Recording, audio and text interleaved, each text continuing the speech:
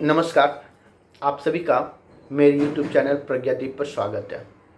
आज मैं इस YouTube वीडियो पर आपको रीतिमुक्त काव्य धारा के प्रतिनिधि कवि घनानंद के जीवनी और साहित्य पर चर्चा करूंगा। तो आइए शुरू करते हैं घनानंद के जीवनी और साहित्य की चर्चा। रीतिमुक्त काव्य धारा के प्रतिनिधि कवि घनानंद का जन्म सन 1683 में माना गया है बुलंदशहर के एक काश्त परिवार में हुआ था। ये मुगल बादशाह बहादुर शाह मोहम्मद शाह रंगीले के मीर मुंशी थे और यह मान्यता है कि दरबार की वेश्या सुजान से प्रेम करते थे। सुजान प्रेम व बादशाह के सम्मान के कारण इनके अनेक शत्रु पैदा हो गए थे, जिन्होंने षड्यंत्र रचकर इन्हें दरबार से निकलवा दिया। इन्होंने सुजान के साथ चलने को कहा, परंतु उसने इनकार कर दिया। परिणामतः वे विरक्त होकर वृंदावन चले गए और निम्बार्क संप्रदाय में दीक्षित हो गए। उनके गुरु नरहरि दास थे। माना जाता है कि इनकी मृत्यु 1760 ईस्वी में हुई है। अब दरबार से वृंदावन के जाने के बीच की जो घटना मैंने आपके सामने रखा, इसमें एक और कड़ी मैं जोड़ना चाहूँगा कि वेश्या से प्रेम करती थी, दरबारी वेश्या थी सुजान, उसे घनानंद प्रेम करते थे, लेकिन सुजान का जो प्रेम था वो घनानंद के बिल्कुल नहीं था। अर्थात ये घनानंद का एकनिष्ठ प्रेम था। जो बहादुर शाह रंगीले के दरबारी थे वो घनानंद से इस बात से ईर्ष्या रखते थे कि सुजान जो कि अपूर्व सुंदरी है, उससे घनानंद का अच्छा संपर्क है और राजा के साथ भी इसका संपर्क अच्छा है। तो दरबारियों के षड्यंत्र के कारण बादशाह के सामने एक दिन रखा गया कि घनानंद बहुत अच्छे संगीतज्ञ हो, बहुत अच्छे गीत गाते हैं। तो राजा ने आग्रह किया कि आप दरबार में अच्छे गीत गाएं। सर्वप्रथम तो घनानंद ने गाने में आनाकानी की, लेकिन जब गाने की शुरुआत की तो उन्होंने बहुत बेअदबी कर दी।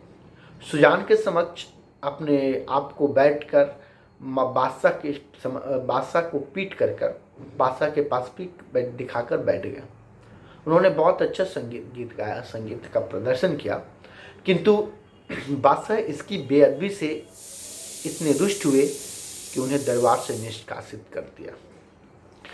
जब उसे दरबार से निष्कासित किया जा रहा था, उस वक्त घनानंद की इच्छा थी कि सुजान भी उसके साथ चले, लेकिन सुजान राज दरबार में पली बड़ी राज दरबार के भोग को, ऐश्वर्य को देख चुकी थी। वो दरबार से परित्यक्त के एक कवि, एक प्रेमी के साथ जाकर वो सुख भोग न सकती थी।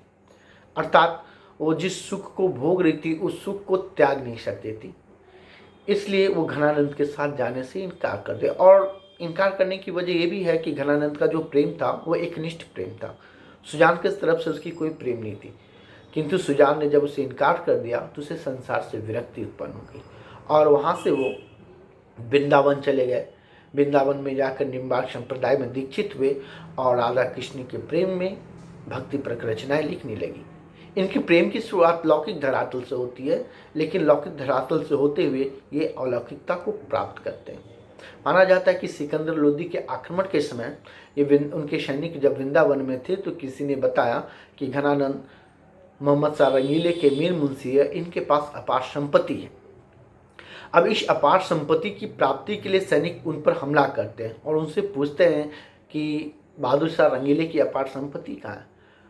वो जब संसार को त्याग चुका था, मोह माया को त्याग चुका, तो उन्हें संपत्ति से कुछ लेना देना नहीं। इनके इन प्रश्न से घनानंद बहुत चिढ़ जाते हैं और उनके सैनिकों पर धूल फेंकते हुए कहते ये है रज, ये है रज, ये रज। सैनिक चिढ़कर उनके सर को कलम कर देते हैं और वहीं पर उसकी मृत्यु हो जाती है। उनकी मृत्यु का समय 1760 ईस्वी माना गया। तो ये रहा घनानंद के व्यक्तिगत जीवन की घटना है, किंतु व्यक्तिगत जीवन से प्रभावित ही घनानंद ने अपनी काव्य की रचना की। घनानंद के काव्य की प्रेरणा सुजान नामक वेश्या थी। दरबार से निष्कासन तथा सुजान द्वारा उपेक्षा के कारण उन्होंने मुक्तकों की रचना की। घनानंद का लौकिक प्रेम परलौकिक बन गया। इनका सुजान प्रेम राधा कृष्ण का प्रेम बन गया। इन्होंने उन्हीं को केंद्र में रखकर कई सारी रचनाएं की, जिनमें सुजान हित, विरह लीला, कोक सागर, कृपाकंद निबंध, घनानंद कवित, सुजान विनोद, प्रीति पावस, यमुना यश, वियोग बेली, इश्कलता आदि। इन्होंने कई सारी पदों की, इन्होंने कई सारे काव्यों की रचना की। इनके काव्यों में सबसे जो प्रमुख प्रवृत्तियाँ थी, जो विशेषताएं थी, वो हमें देखने को मिलते हैं सौंदर्यानुभूति, प्रेमानुभूति, वीरानुभूति, भक्ति भावना और शिल्प योजना। हम इनकी काव्यगत विशेषताओं की, इनकी प्रवृत्तियों की जब आलोचना करेंगे तो सर्वप्रथम हम सौंदर्यानुभूति को लेते हैं। घनानंद सौंदर्य के मर्म कवि थे। इन्होंने नक्शिक वर्णन न करके सौंदर्य के समग्र प्रभाव को उजागर किया है। इन्होंने सुजान के सौंदर्य को आधार मानकर सौंदर्य की नाना छवियों, अवस्थाओं व दशाओं की व्यंजना की है। कवि की नायिका की सबसे बड़ी विशेषता उसके नित्य नवीनता है और सौंदर्य के प्रति अतृप्त भावना। वो सुजान के रूप सौंदर्य को संबोधित करते हुए कहते हैं कि रावरी रूप की रीति अनुरूप न्यो न्यो लागत ज्यो ज्यो निहारिए, त्यों इन आखिन बानी अनोखी, अधानी कहूँ नहीं आन तिहारिए। निश्चित रूप से देख सकते हैं कि इसमें सौंदर्य की नवीनता की झलक है। पल पल में एक नया, हमेशा एक नया नया रूप दिख रहा है और जैसे जैसे नया रूप दिख रहा है वैसे वैसे घनानंद की आंखें उस सुंदरता पर टिकी रहती है। ये केवल घनानंद की नहीं बल्कि इनके अपूर्व सौंदर्यानुभूति का ही वर्णन है। इसके अलावा इनके काव्य में प्रेम की कविता लिखी गई, प्रेमानुभूति कवि। घनानंद का पूरा साहित्य प्रेम पर आधारित है। वो प्रेमानुभूति अपनी संवेदनाओं और अपनी अनुभूति के आधार पर कहा है। वे स्वयं को नहीं महा कहा है। उनका सुजान से एक तरफा विषम और गहरा प्रेम था। एक तरफा इसलिए कि सुजान उससे प्रेम नहीं करती थी, विषम इसलिए कि घनानंद को इसी की वजह से दरबार को त्यागना पड़ा और गहरा प्रेम निश्चित रूप से घनानंद को काव्य सृजन करने की प्रेरणा देता है। इनका प्रेम अनुशासित या अनुमोदित नहीं है, वह स्वतंत्र है और चतुराई रहित है। उनका मानना है कि प्रेम का जो मार्ग होता है बहुत ही सीधा और साधारण होता है। प्रेम के लिए सात्विक होना आवश्यक है, मन में निष्कलंक भाव रखना आवश्यक है। मन सच्चा हो, हृदय सच्चा हो तो प्रेम स्वाभाविक है। वो इसी पर संबोधित करते हुए कहते हैं कि अति सुधो स्नेह को मार्ग है, जहाँ नेको श्यापन बांक नहीं, तहाँ सांचे चले तजी अपना पाँव, झचके कपटी जे निशांक नहीं। अर्थात इसकी कविता के केंद्र में जो प्रेम है वो बिल्कुल सच्चा प्रेम है। सच्चा प्रेम इस रूप में कि वो प्रेम की प्राप्ति के लिए हृदय को निष्कलंक बनाना चाहते हैं। प्रेम के मार्ग बिल्कुल ही सीधा बताते हैं। मन अगर स्वच्छ है, हृदय स्वच्छ है तो प्रेम के मार्ग में कोई बाधा उत्पन्न नहीं हो सकती। यदि मन में निष्कपट भावना, अगर कपटी भावना है तो निश्चित रूप से प्रेम के मार्ग में बाधाएं उत्पन्न हुई। तो इस प्रकार घनानंद ने अपने काव्य में प्रेम की अनुभूति का सर्वज्ञ निरूपण किया है।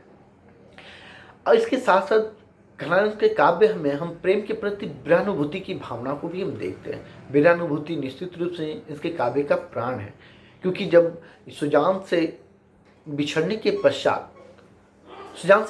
पश्चात इनके काव्य में सर्वत्र वीरानुभूति हमें देखने को मिलती है। हम कह सकते हैं कि इनकी कविता का प्राण ही वीरानुभूति है।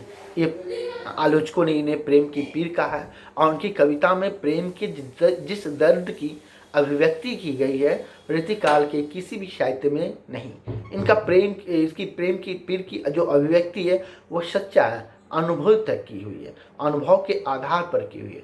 इन्होंने प्रेम की पीर को नाना रूपों में वर्णित किया है। इनकी वीरा की पीड़ा जो है सच्चे प्रेम की कसौटी है। वो अपने प्रियतम के प्रिय के लिए प्राप्ति नहीं चाहती है, प्रेम की प्राप्ति नहीं चाहती, बल्कि उस पीड़ा को ही प्राप्त करना चाहता है, प्रेम की पीड़ को प्राप्त करना चाहता है। कहते हैं जब हम किसी वस्तु को बहुत अत्यधिक प्रेम करते हैं और उस वस्तु की प्राप्ति हो जाती है तो निश्चित रूप से उसका महत्व कम हो जाता है। घनानंद अपने प्रेम की प्राप्ति की इच्छा और आकांक्षा तो रखता है लेकिन प्राप्ति नहीं चाहता। वो कहते हैं कि नैन दिना घुटिवो करे, प्राण झरे अखियां दुखिया झरना सी, प्रीतम की सुधि अंतर में कस कर सखी जो पंसरी मैं गांसी। इस प्रकार हम देख सकते हैं कि घनानंद के काव्य में प्रेम की जो अनुभूति हुई है वो बहुत ही गहरे रूप में हुई है। अब हम चलते हैं घनानंद के अनुभूति की, फीलिंग की, जिसको हम कहते हैं फीलिंग, संवेदना। तो प्रेम की इनके काव्य में दिव्य अनुभूति का नाम ही भक्ति है। सुजान की बेवफाई के बाद उन्होंने अपनी सारी संवेदना राधा कृष्ण को समर्पित कर दी थी। उन्होंने अपने लौकिक प्रेम को अलौकिकता की ओर उन्मुक्त कर दिया है।